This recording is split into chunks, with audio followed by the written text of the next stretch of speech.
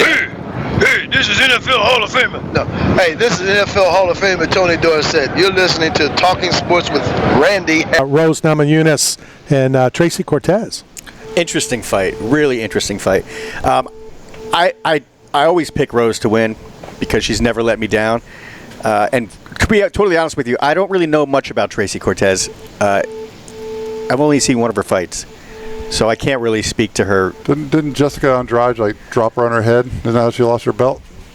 Rose. Rose lost. I mean, you said she never let you down. Well, she never lets me down. She obviously let you down on that fight. No, I expected Jessica to win. Slammed on the mat and lose your belt. I expected Jessica to win that fight. That was a different You type. expected Jessica to win that fight? Yeah. You think if an athlete loses, they let you down? He just said, she's never let me down. No. Rose never. No, I knew she was going to beat Joanna, and she did. You know, she's done some amazing things inside the octagon. Amazing fights that she wasn't ever supposed to win, and she won. I knew Andrade was going to win that fight. It was, she's a tough fight for anybody. So Pat Barry told us a great story when Rose won the belt back with the leg kick, that I guess she practiced it a couple times, and they forbid her to ever do it again because she couldn't land it, and she would fall down and whatever. And so Pat said that when it was thrown, he at first thought it was Rose on the ground. Wow. He didn't realize that Rose threw it again and was successful. So that's cool. Yeah. So we'll see. Steve and I will see Pat and Rose this week. No, it's funny. We're talking about Tracy Cortez, and she dates a fighter. Yeah. Brian Ortega, right? Yeah. And Rose, obviously, with a Pat. So that's pretty cool. Maybe they should do a mixed tag team. Yeah. Now, how come when you tag your partner, you have to instantly, the other side has to tag? Right? Do you watch wrestling at all? No. Okay. So because they have had, and I'm deadly against, when a female wrestles against a male and then they hit I see and what you're saying. all that kind of stuff. But since they allow it, why do you have to automatically tag out? There's been some females so in that scenario, who wins in a tag team match, like Rose and Pat versus Tracy and Brian? Or if you threw in Ronda Rousey and Travis Brown, who wins in those? I think Pat wins. Trio. They win because Pat's so much bigger than Brian. And obviously, if you haven't talked about Travis, Hapa and Ronda, I would go with Hapa. Yeah, well, you have to just because of the size. Yeah. Ortega may be a better fighter, Right. especially now. I mean, Travis hasn't fought in forever, but, Travis is 19 feet 6 inches tall. Yeah. He's a huge dude. What about Nunez and her wife? Put them in the tag team. You could. Yeah. Oh, so we're going to have like a Royal Rumble. Oh, yeah. I like it. Yeah, let's do it. I like it. Couples only. All you have to do is make the cage a little higher. Randy and Steve, you guys could enter. I mean, who's the guy with the blonde girl? They're going to win. What? See how he just brings everything to a screeching halt. But that would be interesting if we put together all of the pairs. Yeah.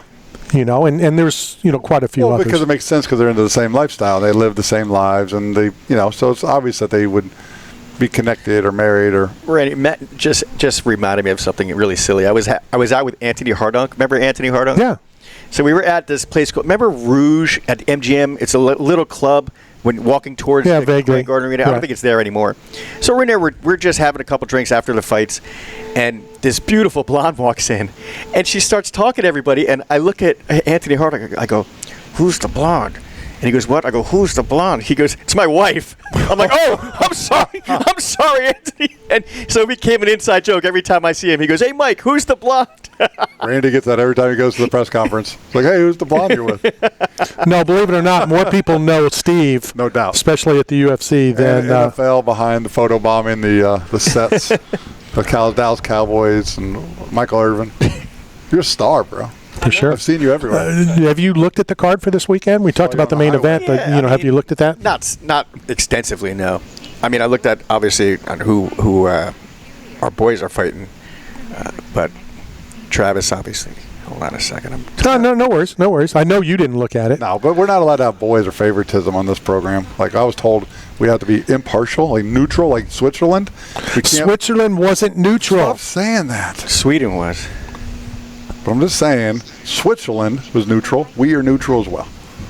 We can't have favoritism in combat sports. I mean, there's a couple good fights on the card. Trying to get a hold of Yves real quick. So what sticks out? You know they have a hurricane over there. Montel Jackson sticks out. I know he's going to be on a show later, but he's, kid's got a lot of knockouts. Yeah. Yeah, I think he's got, 7 knockouts. Pretty good. 1 submission. It's going to be a nice card. The rumor was for a long time that this was the card that was coming to Tampa. Because there was a lot of talk about him coming in July, and then to pop up, ironically, then Rose is the main event. We all know, that's where they are. So yeah, I'm looking forward to it. Where do you watch the fights? From the roof? When you're not there. I mean, when you're not at the event. My living room. Yep. I used to go out. I try to go out because I like to get a read of the crowd. Watching it by myself is not fun. I do it a lot, but. Well, part of the problem is if I go to like any Hooters or the press box or Ferg's, then Matt will show up. And so I just as soon stay at home, put my 2 TVs on. I'm only there putting in applications for employment Monday through Friday from 9 to 5. That's the only reason I'm there. Which restaurant would you like to get a job at? All of them. All of them? So you could work plenty of hours? Yeah, that's what I need. I need to work. I need a job. I need paper money. Don't come to Ybor City, Randy. Ybor City it's going down, man. Yeah. Place open. I never knew it was up. Place called 10 Rooms was a beautiful place. It wasn't even 3 months. It's closed. Zydeco closed down. Big Easy closed down. Everybody's closing in Ybor because the rents are getting too high, and they're slowly moving everybody out for developers to come in. More construction and build, $4,000 a month 1-bedroom apartments.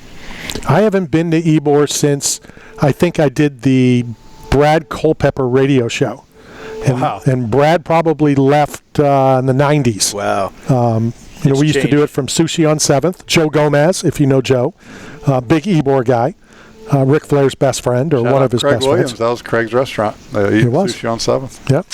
Ric Flair used to come to the restaurant where I worked in every day, every single day. The Pearl downtown. Oh, yeah. I wonder what he got. Flair has been in the limo. So momentarily, Yves Edwards, you mentioned the documentary that just came out with a couple other of our friends, Dean Thomas and Rashad Evans. What's it about? I mean, we'll ask Yves. When we get him. I tried watching. I can't get it. I can't watch it. I tried watching it this morning before I tried to get him on a show. But you can't watch it because of the content, or you can't watch it because it just doesn't find it. Oh, okay. Which is, I see interviews about the documentary.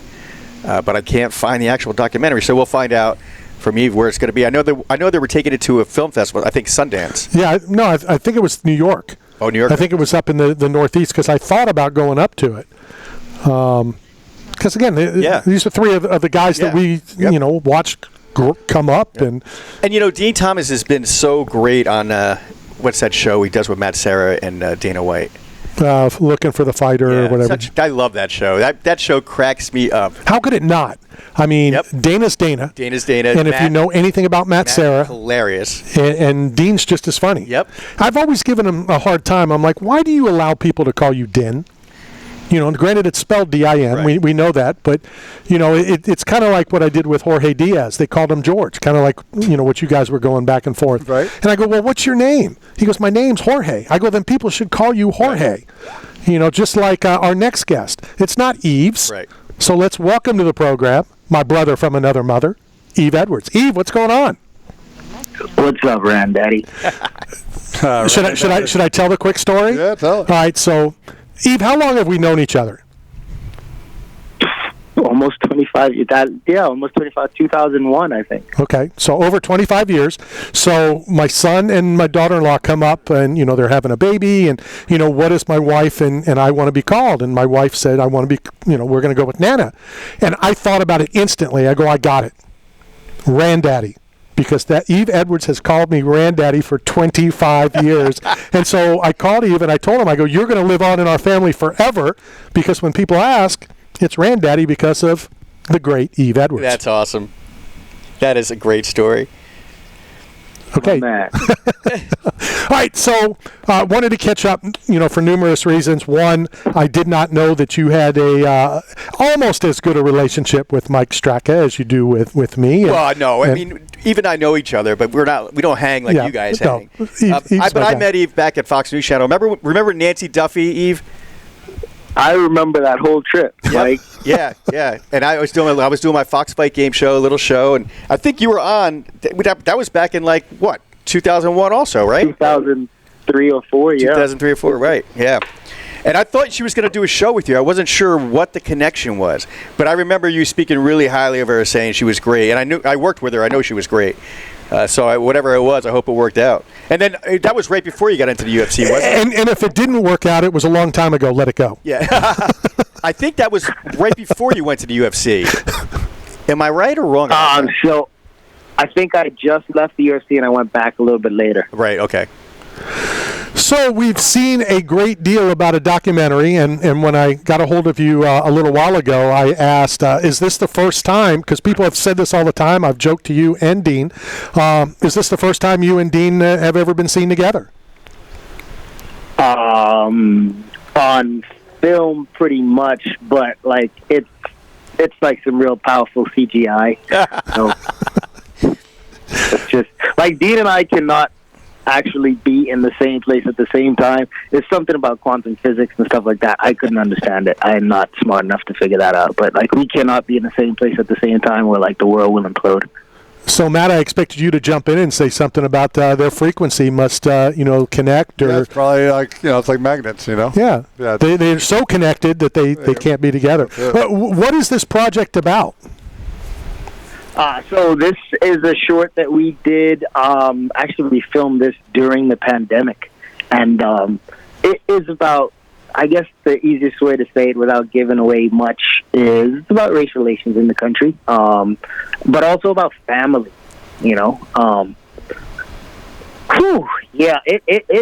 It's kind of powerful, man. I watched it and I was like, whoa, because when you're filming it and you're going through the motions, and it's not really motions, but going through the scenes and acting it out, you feel it. But then when you put it all together and see it from a distance, it's kind of like going back and watching one of your fights. It's like, oh, I don't remember I did that kind of thing, But when I see the whole thing put together, man, it was pretty powerful. I'm always real critical of myself, so I'm just like, I could have done a better job. But everybody else is like, no, man, this was awesome.